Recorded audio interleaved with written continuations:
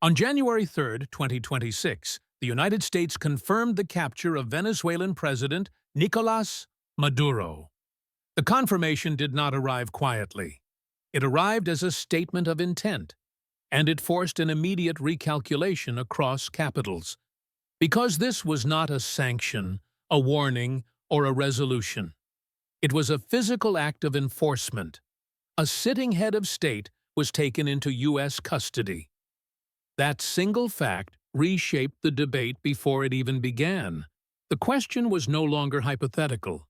The question was whether this action could stand as precedent. Donald Trump did not step away from responsibility. He did not assign blame to subordinates. He did not frame the event as misunderstanding or miscommunication. He treated it as a decision, and he defended it as necessary. Within hours, Trump returned to a familiar line.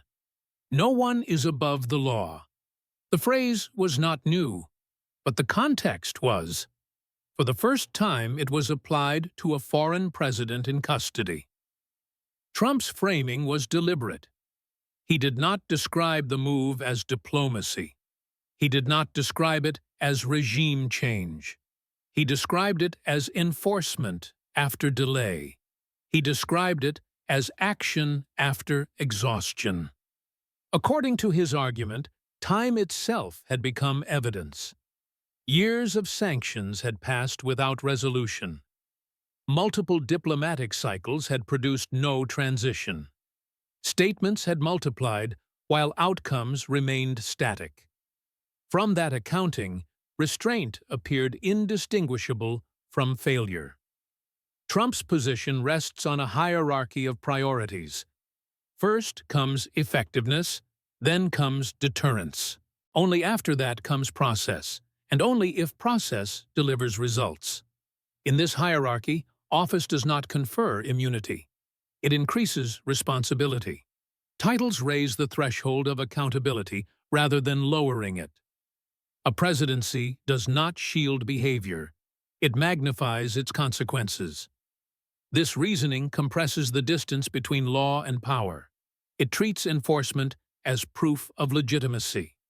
It assumes that authority flows from action, and it dismisses permission as secondary to outcome. That is the structural shift embedded in the decision.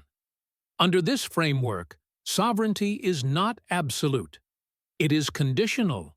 Conditional on conduct. Conditional on compliance. Conditional on the willingness of power to intervene. That conditionality changes how borders function. They no longer serve as fixed limits. They become variables. They depend on enforcement capacity and on political will. Supporters of the decision point to numbers and duration. They cite more than a decade of unresolved pressure. They note repeated renewals without measurable change. They argue that deterrence requires visibility. They argue that consequences must be tangible to matter. In that reading, the capture is not escalation. It is culmination. It is the end of a sequence, not the start of one. It represents a threshold crossed after accumulation, and it signals that patience has expired. Critics respond with a different accounting. They do not dispute the duration. They dispute the inference. They argue that time does not authorize exception. They argue that delay does not dissolve limits. For them, the issue is not effectiveness. It is precedent. Once a rule is broken, it does not return intact. It returns weakened. And every exception invites replication. This is where Luiz Inácio Lula da Silva enters the debate. He did not contest the timeline. He did not litigate the accusations. He addressed the principle, and he rejected it outright. Lula argued that sovereignty is not discretionary. It is not a favor extended by powerful states. It is the baseline of international order. A rule that restrains only weaker nations is not neutral. It is hierarchy dressed as law. His response focused on consequence rather than intent. He warned that normalization spreads faster than justification. He warned that imitation follows example. He warned that today's target becomes tomorrow's reference. And he framed the risk as systemic. Lula's position treats limits as protective rather than restrictive. Limits prevent cascade. Limits preserve predictability. Limits reduce the number of actors who can claim jurisdiction. And limits slow escalation. From that view, restraint is not hesitation. It is insulation. It prevents power from becoming precedent. It preserves rules under pressure. And it keeps enforcement from becoming arbitrary. Trump rejects that framing. He treats restraint as paralysis. He argues that institutions lose credibility when they cannot act.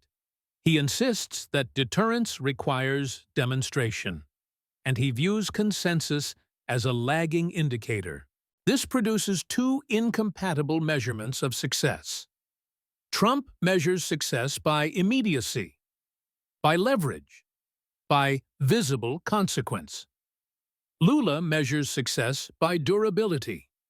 Trump counts months and years without resolution. Lula counts decades of accumulated norms. Trump emphasizes outcome.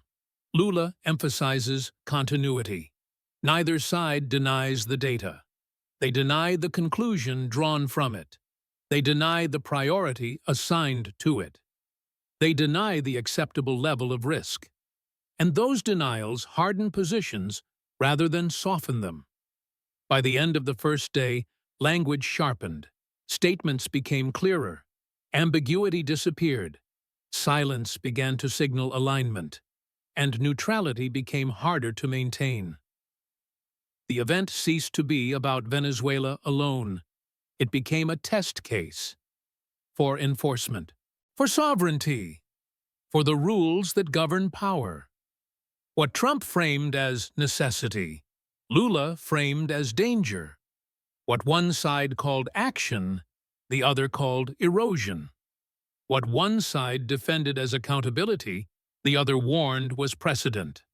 And the distance between those positions did not narrow. It widened. This is the foundation of the conflict. Not personality, not ideology alone, but incompatible definitions of legitimacy and incompatible answers to the same question. When institutions fail, who acts? When rules stall, who decides? When power moves first, who bears the cost? Those questions are no longer theoretical. They are now operational.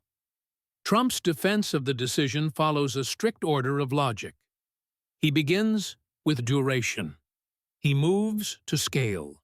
He ends with consequence. Each step is meant to close the space for hesitation. He points to years without resolution. Sanctions imposed in the mid-2010s remained in place through multiple cycles. Renewals accumulated without structural change. Diplomatic statements increased, while leverage decreased. From that record, he concludes that time itself failed. Trump treats elapsed time as proof, not proof of effort, proof of ineffectiveness. When years pass without movement, he argues, delay becomes evidence. Evidence that process no longer functions as intended. He then shifts from duration to impact. Economic contraction persisted for consecutive years. Regional instability spilled across borders. Migration pressure rose, while institutions responded slowly. He frames these figures as costs of restraint. From this accounting, he draws a boundary. There is a point where waiting no longer preserves order. It preserves stagnation. At that point, authority must move, not to negotiate, but to enforce. Trump repeatedly narrows the definition of legitimacy. He ties it to outcomes rather than endorsement. If an action produces leverage, it earns justification. If it deters future defiance, it validates itself. Consensus becomes optional under that test.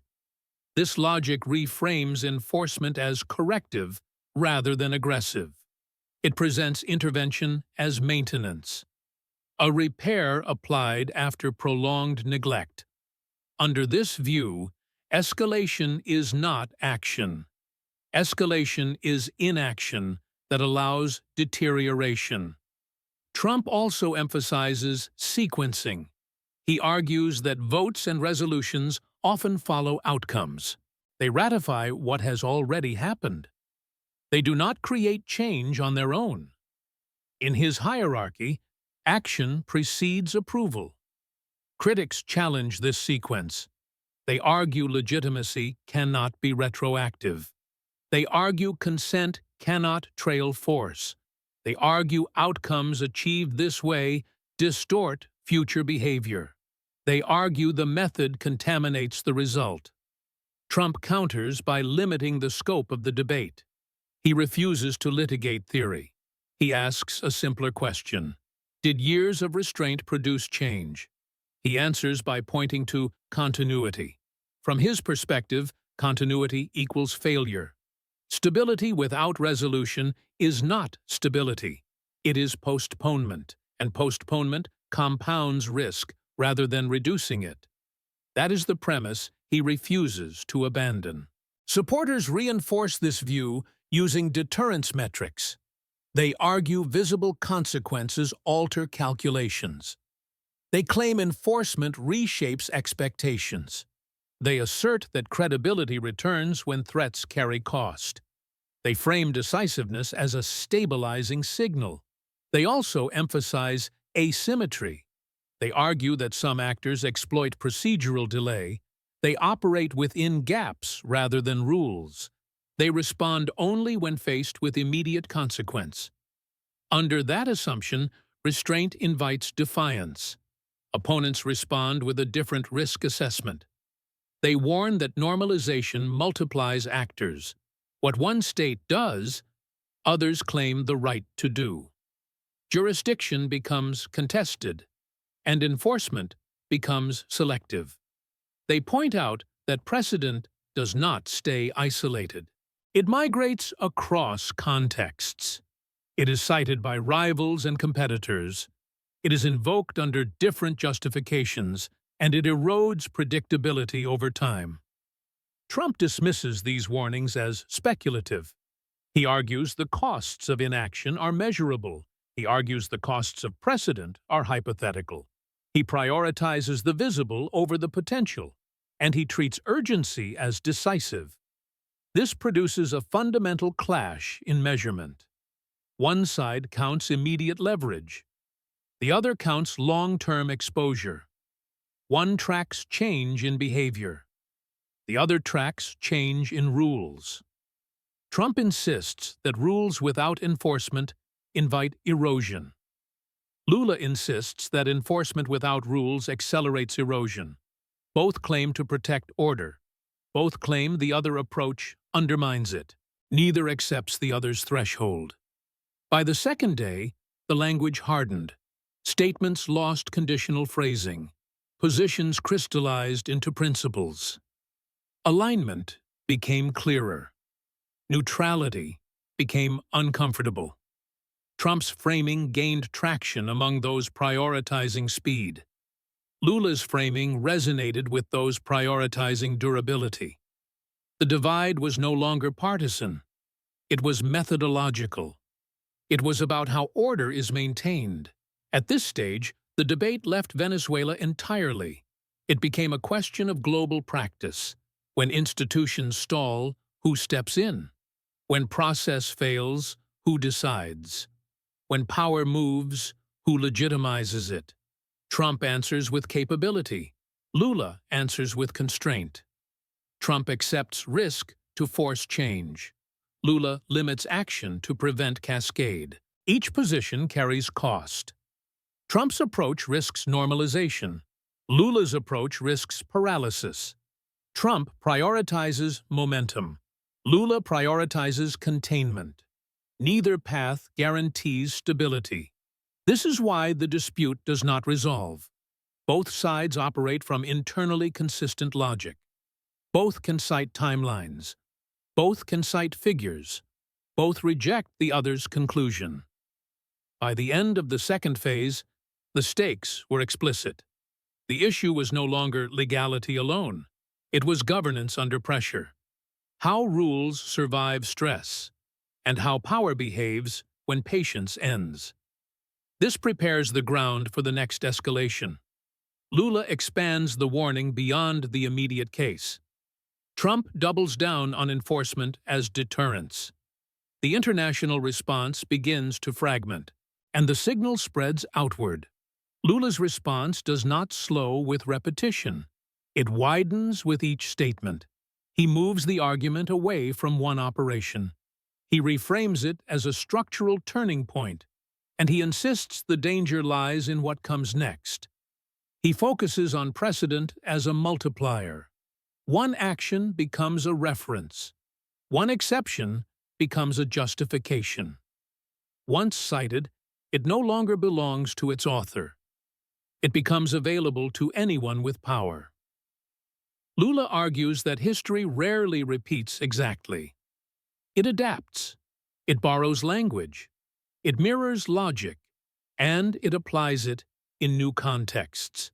In his framing, the risk is not imitation by allies. It is imitation by rivals, by states with weaker legal traditions, by states with contested borders, by states seeking cover for coercion. He emphasizes scale rather than intent. Dozens of governments operate under disputed legitimacy. Multiple regions contain unresolved leadership conflicts. Several powers already challenge jurisdiction norms. A single precedent does not stay singular. From Lula's perspective, restraint prevents expansion. It limits the number of actors who can claim enforcement authority. It preserves predictability in conflict resolution. It prevents capability from replacing consent. And it reduces cascading claims. He draws a sharp distinction between urgency and exception. Urgency demands speed. Exception demands justification. Speed does not erase limits. Limits exist precisely for urgent moments. Lula rejects the idea that norms are expendable under pressure. He argues norms are designed for pressure. They exist to prevent escalation when stakes rise. They constrain impulse. They slow reactions that create long-term damage. Trump counters by questioning durability. He argues norms that cannot enforce decay. He argues decay invites exploitation. He argues enforcement restores credibility. And he frames precedent as manageable rather than contagious. This disagreement centers on risk assessment. Trump emphasizes present risk. Lula emphasizes future risk. Trump measures instability by immediate cost. Lula measures instability by accumulation. Lula warns that precedent compounds quietly. It does not announce itself. It appears later in different language, invoked by different actors, applied under different justifications. He points out that legal erosion rarely triggers alarms. It proceeds incrementally, one exception at a time, one reinterpretation at a time, until the baseline disappears. From that vantage point, enforcement is not neutral. It carries narrative weight. It signals permission. It redefines acceptable conduct, and it lowers the threshold for unilateral action. Lula insists that power must accept limits to remain legitimate. Without limits, enforcement becomes discretion. Discretion becomes selectivity. Selectivity becomes hierarchy. And hierarchy erodes equality among states. Trump rejects this progression. He argues hierarchy already exists. Power differentials are not theoretical. They shape outcomes regardless of rhetoric. He claims enforcement merely acknowledges reality. This leads to a fundamental disagreement about order. Trump treats order as outcome-driven. Lula treats order as rule-driven. Trump believes order emerges from dominance. Lula believes order survives through constraint. Trump's supporters argue that constraint without enforcement is illusion. They point to stalled resolutions. They point to ignored warnings. They point to repeated defiance without cost. They argue that credibility must be demonstrated. Lula's supporters argue demonstration invites escalation. They argue demonstration sets examples. They argue examples become templates. They argue templates travel. And they argue travel destabilizes systems. Both sides invoke numbers. Trump's side cites years of inaction. Lula's side cites decades of norm building. Trump counts failures to resolve. Lula counts rules preserved under stress. Neither side disputes the figures. They dispute interpretation. They dispute weighting. They dispute acceptable exposure. And those disputes harden positions. Lula warns that selective enforcement corrodes trust. States begin to hedge rather than comply. Alliances become transactional. Commitments become conditional. And predictability declines. He argues that uncertainty increases arms accumulation. It increases regional hedging. It increases unilateral planning. It reduces cooperation. And it raises the cost of miscalculation. Trump responds by narrowing the window. He argues miscalculation already exists. He argues ambiguity emboldens defiance. He argues clarity deters challenge. And he prioritizes signaling over reassurance. This creates two incompatible stabilization strategies. One relies on deterrence through force. The other relies on deterrence through predictability. One accepts volatility to force compliance. The other limits volatility to preserve order. Lula warns that volatility rarely stays contained. It spreads across regions. It invites opportunism. It erodes trust in guarantees. And it accelerates fragmentation. Trump counters that fragmentation is already underway. He argues institutions no longer command obedience. He argues credibility must be rebuilt. He argues enforcement is the only remaining lever. And he rejects incrementalism. By the third phase, the debate shifts tone. It becomes less analytical, more declarative. Positions are stated rather than explained. Alignment becomes explicit. Countries begin signaling quietly. Statements are measured. Silence becomes meaningful. Language is calibrated. And positioning replaces persuasion. Lula's warning gains traction among states prioritizing insulation. Trump's framing resonates with states prioritizing leverage. The divide no longer tracks ideology. It tracks exposure. It tracks vulnerability. The issue now functions as a stress test, not for Venezuela, for international practice, for enforcement norms, for sovereignty itself. Lula argues the test must be failed deliberately. Better to absorb frustration than normalize exception. Better to endure delay than rewrite rules. Better to preserve limits than invite cascade. That is his threshold. Trump argues the test must be passed decisively. Better to act than stagnate. Better to enforce than excuse. Better to signal resolve than tolerate defiance. That is his threshold. Neither threshold aligns. Neither side yields priority. Neither reframes risk. And neither accepts the other's margin of error. By the end of the third phase, one reality is clear. The debate is no longer about legality alone. It is about governance under pressure. How systems respond when patience ends. And what kind of order survives stress. The international response did not arrive as a chorus. It arrived as a pattern of pauses. Some governments spoke immediately. Others waited.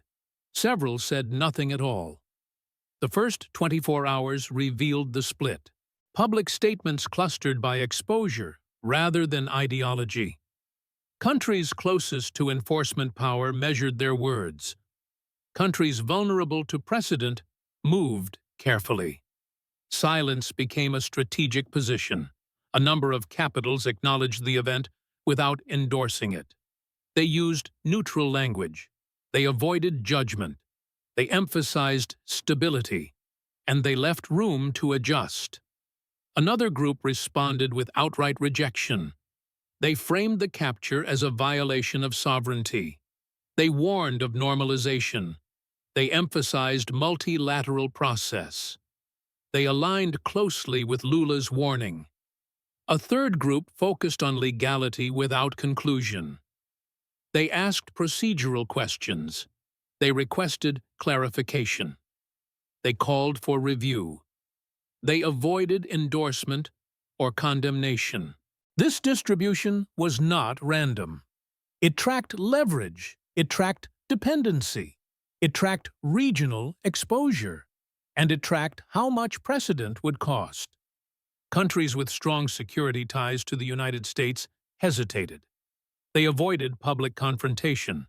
They emphasized alliance language. They deferred evaluation. They signaled privately rather than publicly. Countries with contested borders reacted differently. They emphasized rules. They emphasized limits. They emphasized predictability. They recognized how quickly precedent could be turned against them.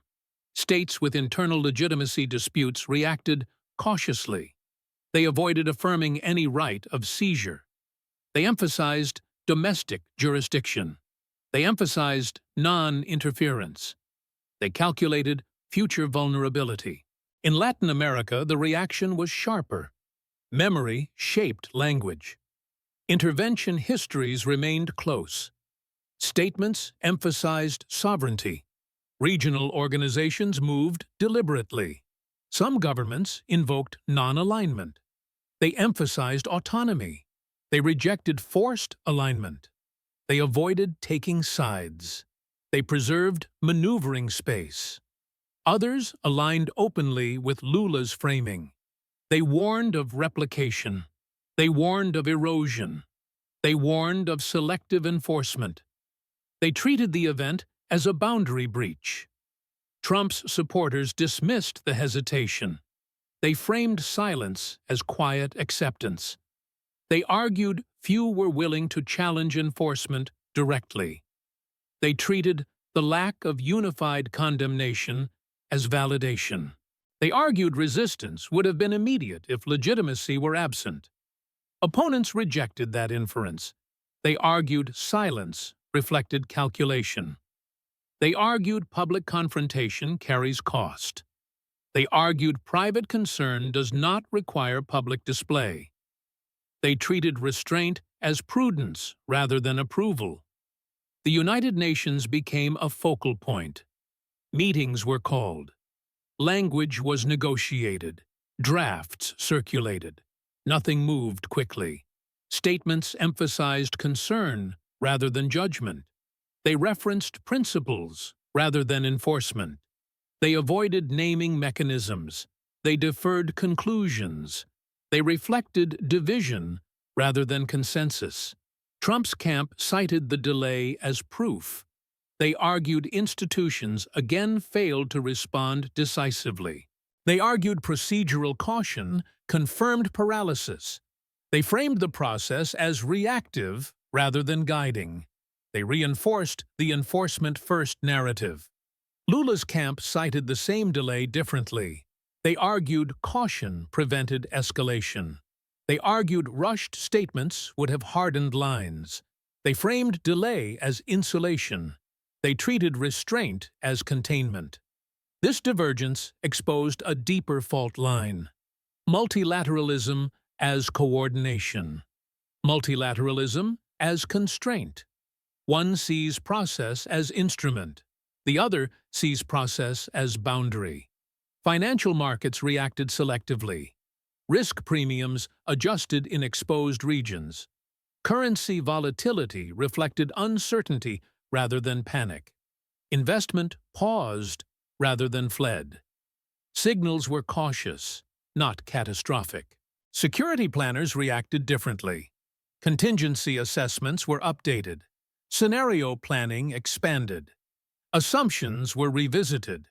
Precedent entered risk models. Defense ministries began asking quiet questions. What thresholds now apply?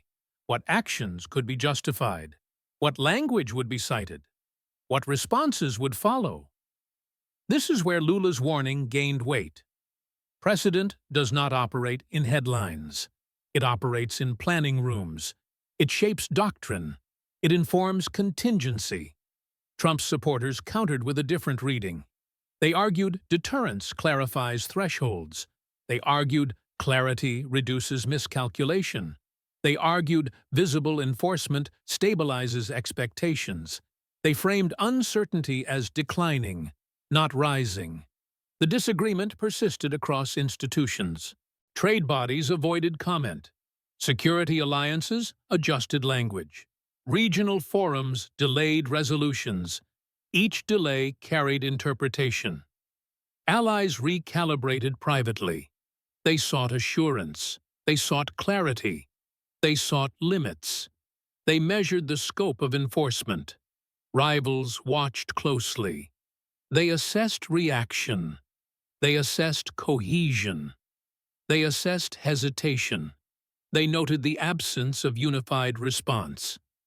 This observation mattered. It shaped future signaling. It informed rhetoric. It influenced planning. It altered expectations.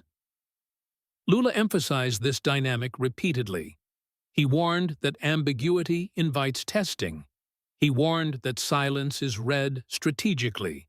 He warned that normalization does not require applause.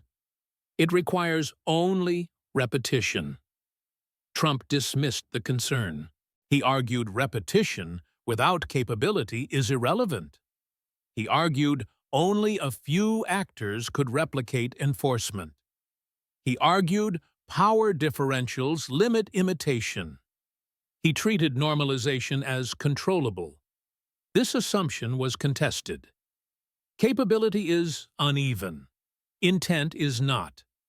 Justification travels faster than force. Language precedes action. States do not need equal power to claim equal right. They need precedent. They need framing. They need narrative. And they need opportunity. The international reaction revealed that narrative space exists. No single interpretation dominated. No unified standard emerged. Positions fragmented. Alignment remained fluid. This fluidity unsettled planners. Stability depends on predictability. Predictability depends on shared rules. Shared rules depend on consensus. Consensus remained absent. Trump's framing gained ground where speed mattered. Lula's framing gained ground where exposure mattered. Neither achieved dominance. Both influenced calculation. Both reshaped discourse. By the fourth phase, the world adjusted posture. Not through declarations, through hedging, through silence, through preparation. The event ceased to be debated as an anomaly. It entered planning assumptions. It influenced risk matrices. It altered expectation baselines. And it stayed unresolved. This unresolved state is itself consequential. It leaves room for reinterpretation. It leaves room for repetition. It leaves room for escalation. And it leaves room for miscalculation. Lula warned that ambiguity is unstable. Trump argued ambiguity already existed. One seeks closure through restraint. The other seeks closure through enforcement. Neither approach closed the gap. By the end of the fourth phase, one fact remained. The international system did not snap. It bent. And bending changes shape. sometimes permanently. At this stage, the debate turns explicitly legal, not courtroom legal, system legal, the kind of law that governs behavior between states, and the question becomes unavoidable. Who has the authority to enforce? Who decides when enforcement is justified? Who defines the threshold? And who restrains the enforcer? These are not academic questions anymore. Trump's position implies a functional answer. Authority follows capability. If a state can act, it may act. If institutions fail to constrain behavior, they lose primacy.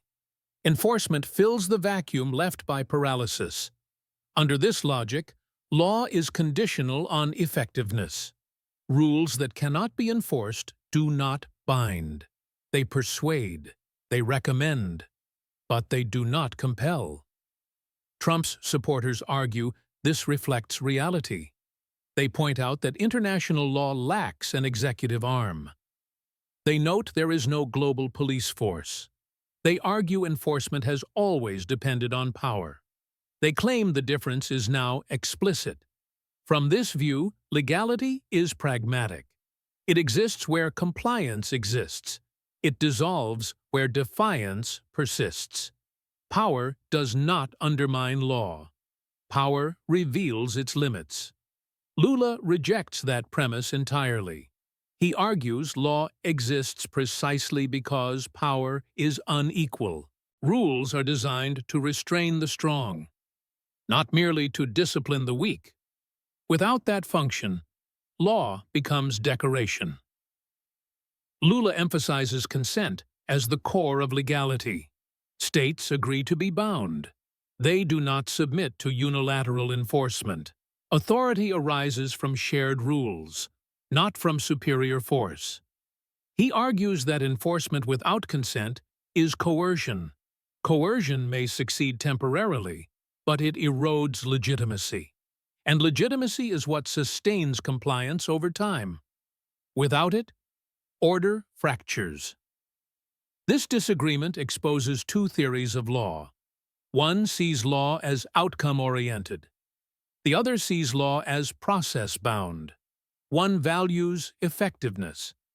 The other values constraint. Trump's theory accepts asymmetry as permanent. Power differences are facts, not flaws. Law adapts to power. It does not override it, and enforcement reflects that adaptation. Lula's theory treats asymmetry as danger.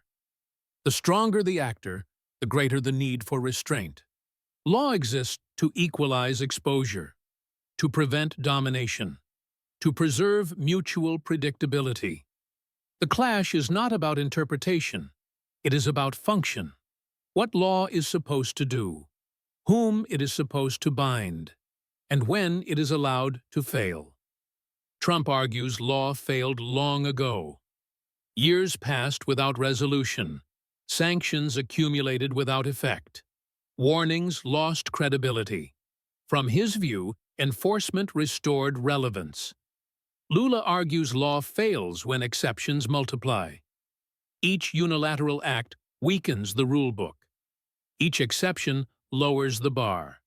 Each precedent invites the next. Failure compounds quietly. Trump's camp invokes historical analogies. They argue enforcement has always set boundaries. They claim decisive action reshapes norms. They cite moments when force reset expectations. They treat precedent as tool rather than threat. Lula's camp invokes a different history. They recall cycles of intervention.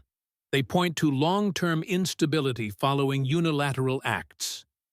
They emphasize how enforcement rarely ends where intended. They warn that power leaves residue. This residue matters. It alters interpretation. It shifts expectations. It changes how rules are read. And it persists beyond the immediate case. The legal debate also turns on jurisdiction. Who has standing to act? Who has standing to judge? Who defines violation? and who confirms compliance.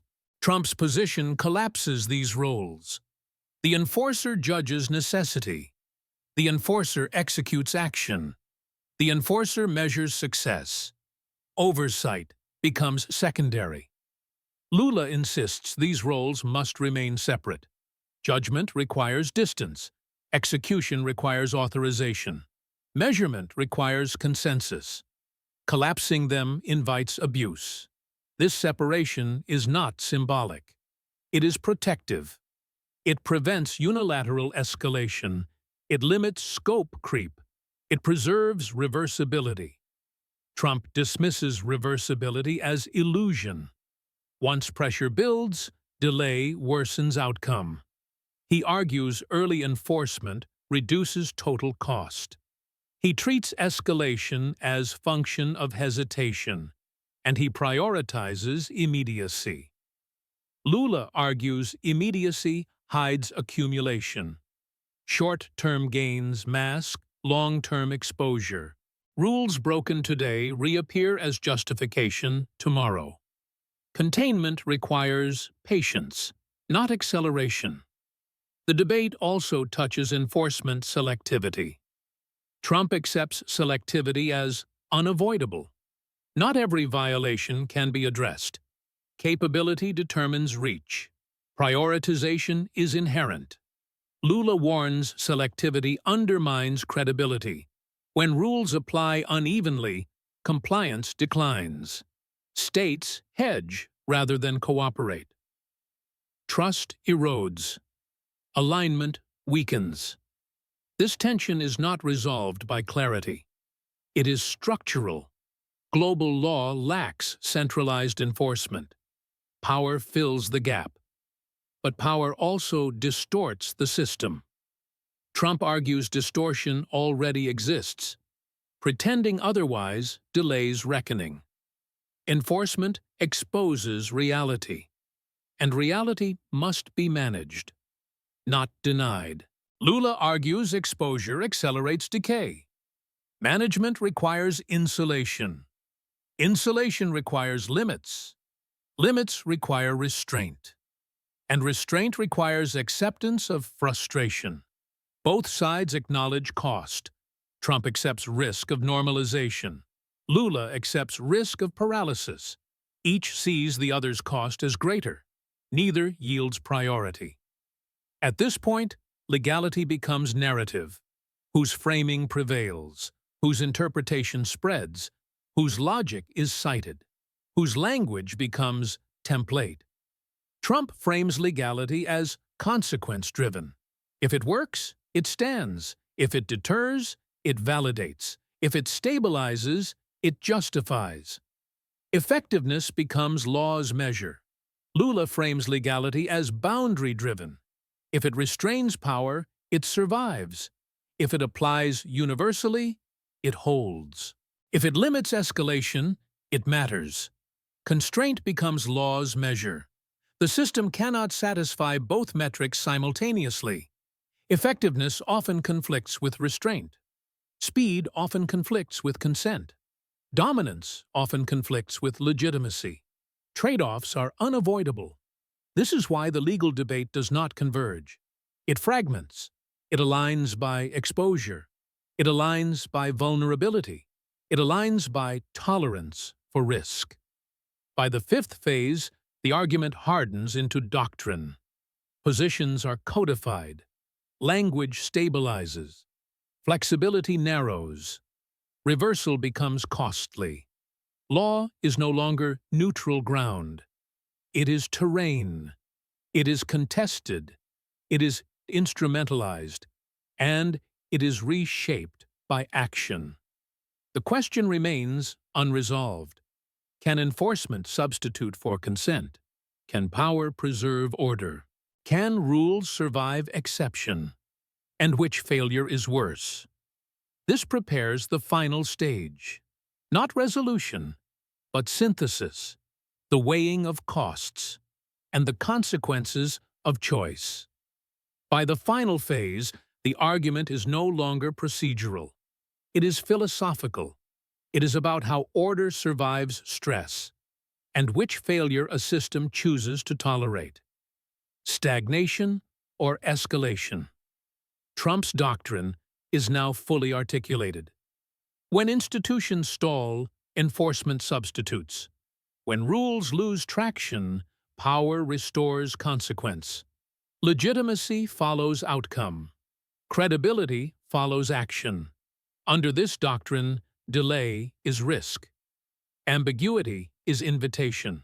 Restraint is misread as weakness. Deterrence requires demonstration, and demonstration requires willingness to act first. Lula's doctrine is equally explicit. When power acts without consent, rules erode. When exceptions multiply, norms decay. Legitimacy precedes outcome. Credibility follows constraint. Under this doctrine, haste is risk. Precedent is contagion. Selective enforcement undermines trust. Deterrence requires predictability, and predictability requires limits. Both doctrines claim realism. Both claim to manage risk. Both accept cost. They differ on where cost is tolerable and when it becomes unacceptable. Trump tolerates the risk of normalization. He argues capability is rare. He argues imitation is limited. He argues power differentials contain spread. And he accepts volatility to force change. Lula tolerates the risk of paralysis. He argues restraint preserves baseline. He argues patience prevents cascade. He argues frustration is cheaper than erosion. And he accepts delay to preserve rules. This is not a disagreement that splits the middle. Compromise does not reconcile the premises. One doctrine prioritizes speed. The other prioritizes durability. Trade-offs are inherent. The system must choose which error it prefers: an error of action or an error of inaction, an error that moves first or an error that waits too long. Trump's camp frames the choice starkly. They argue paralysis is fatal. They argue enforcement is corrective. They argue momentum creates leverage. They argue hesitation compounds cost. Lula's camp frames the choice differently. They argue erosion is irreversible. They argue exceptions never stay narrow. They argue power claims multiply. They argue restraint is cheaper long-term.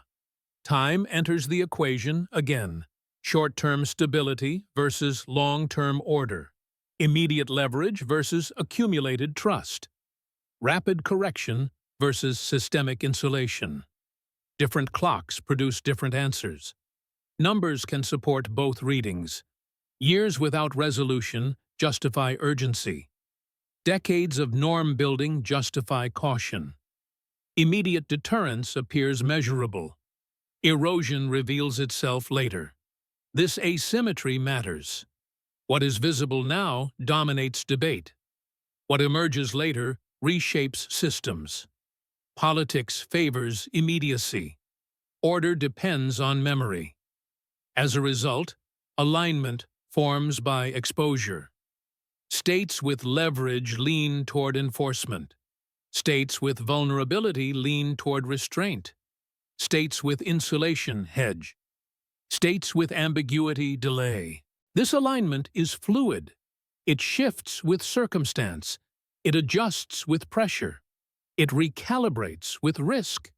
And it resists finality. The unresolved nature of the response is consequential. Ambiguity invites testing. Testing invites signaling. Signaling invites response. Response invites escalation. Trump argues clarity reduces this chain.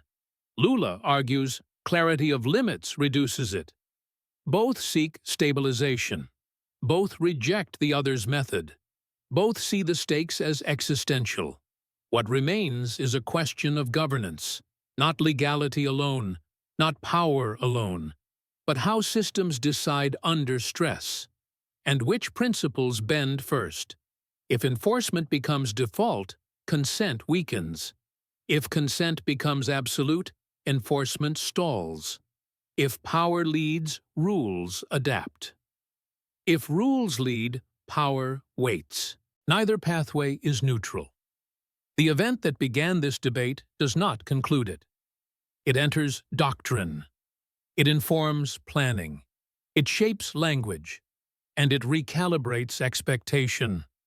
Future decisions will cite this moment, not always explicitly, often implicitly, as analogy, as justification. That is the cost both sides acknowledge. Trump accepts it as necessary. Lula warns it is cumulative. One sees risk as manageable. The other sees it as compounding. The system now carries both interpretations. There is no authoritative resolution. There is no binding verdict. There is only practice. And practice becomes norm. What follows will not be announced. It will be inferred. From responses, from silence, from repetition.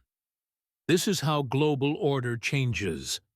Not by declaration, by accumulation, by precedent, by acceptance. Trump believes acceptance follows strength. Lula believes acceptance follows restraint. One emphasizes command. The other emphasizes consent. Both demand coherence. The choice is not abstract. It is operational. It affects thresholds. It affects planning. It affects restraint. When the next crisis arrives, the question will return. Who decides? Who acts? Who restrains? And who pays the cost? There will be no clean answer. There will be only selection. Of method. Of risk. Of principle. Trump offers a system that moves. Lula offers a system that holds. Movement produces change.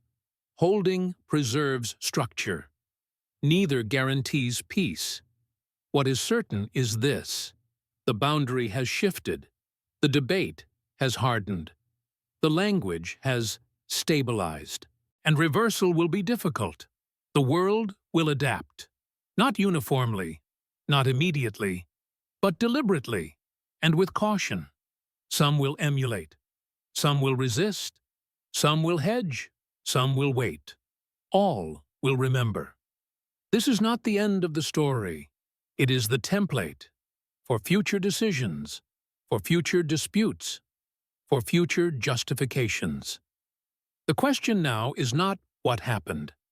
It is what follows, what becomes normal, what becomes acceptable, and what becomes irreversible. That choice is already underway, not in speeches, not in votes, but in practice. And practice endures. What makes this moment dangerous is not the action itself. It is the template it creates. Actions end. Templates persist. And templates travel. Precedent does not announce itself. It embeds quietly. It becomes reference, then justification, then expectation. The first time is always framed as exceptional, unique circumstances, extraordinary threat, no alternative, never to be repeated. The second time cites the first. The third normalizes it.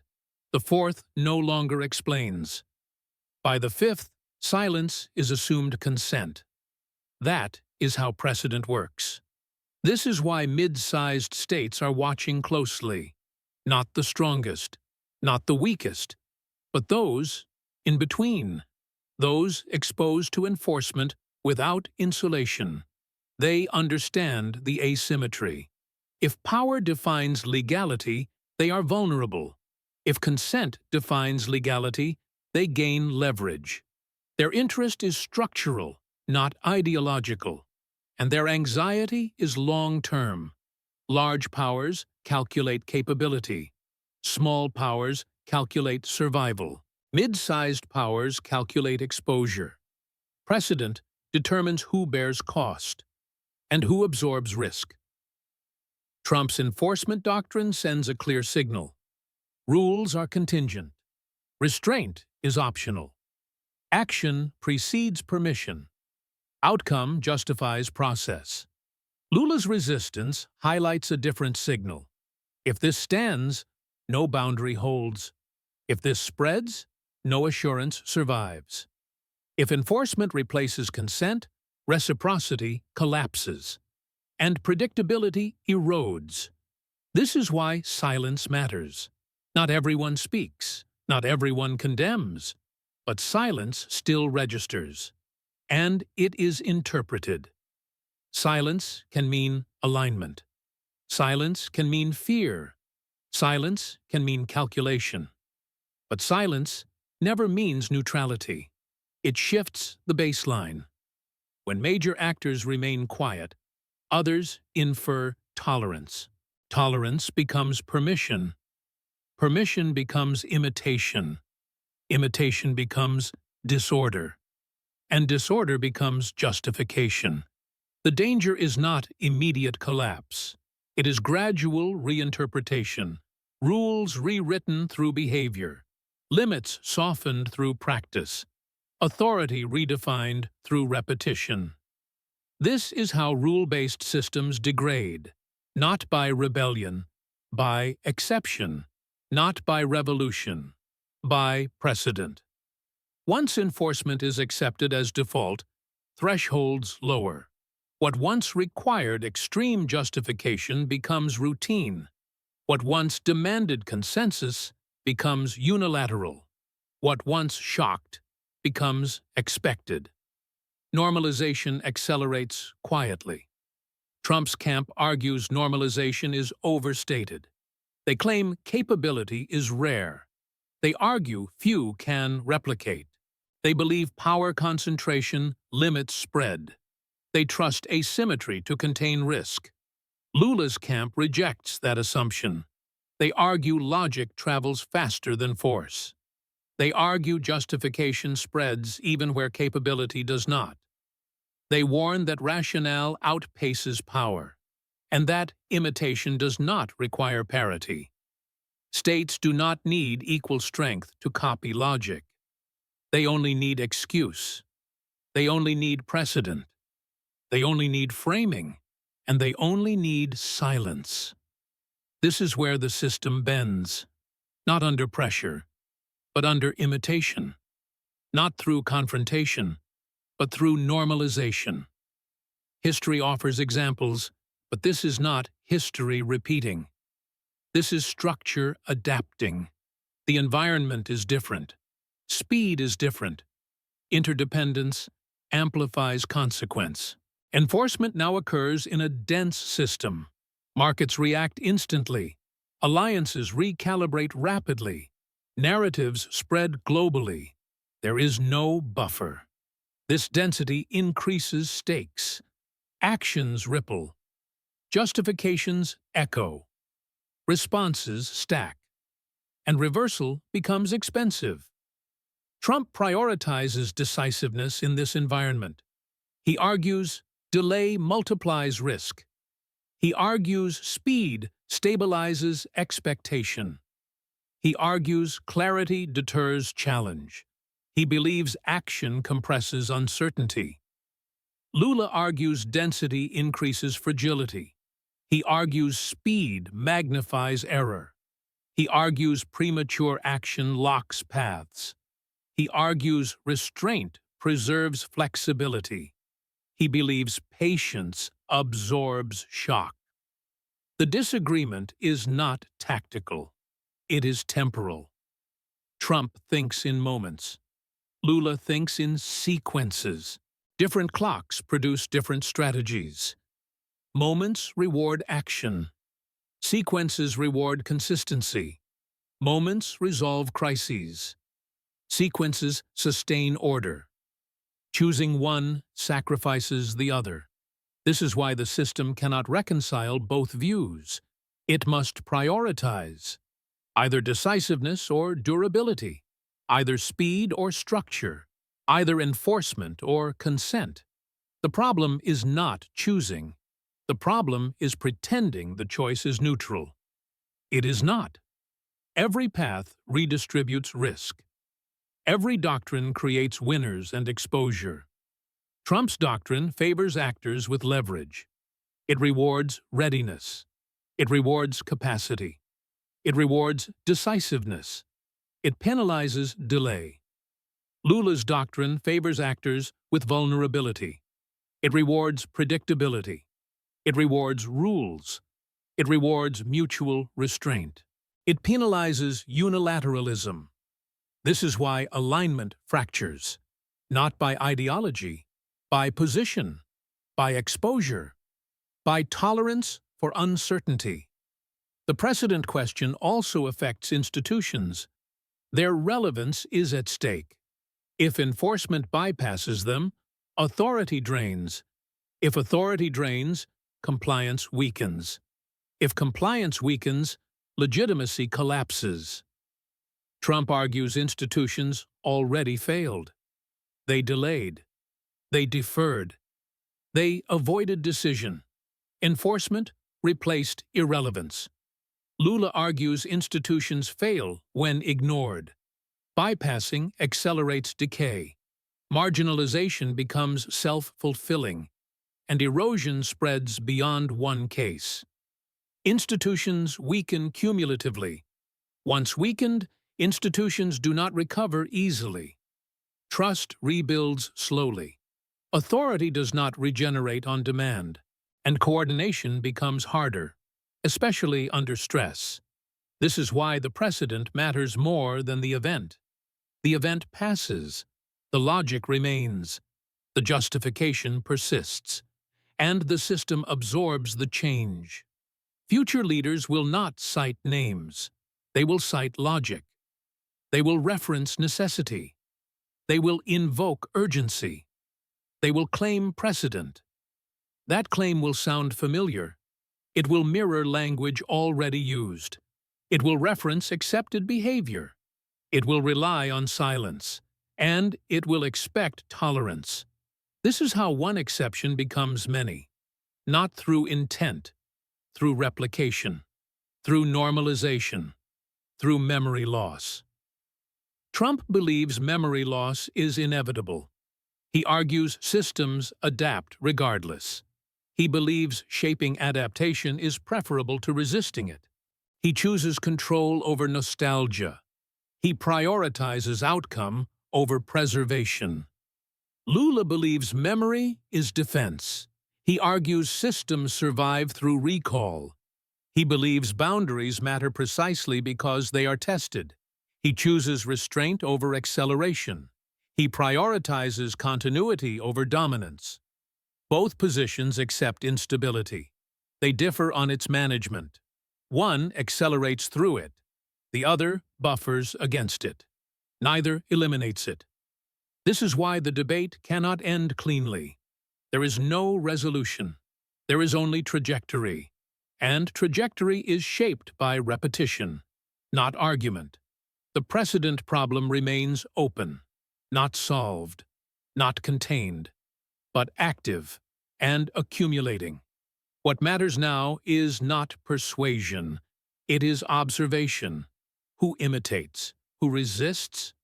Who stays silent? Those patterns will reveal the system's direction. Not speeches, not votes, but behavior and repetition. This is the cost of the moment, not the decision itself, but what it authorizes, what it normalizes, and what it makes easier next time.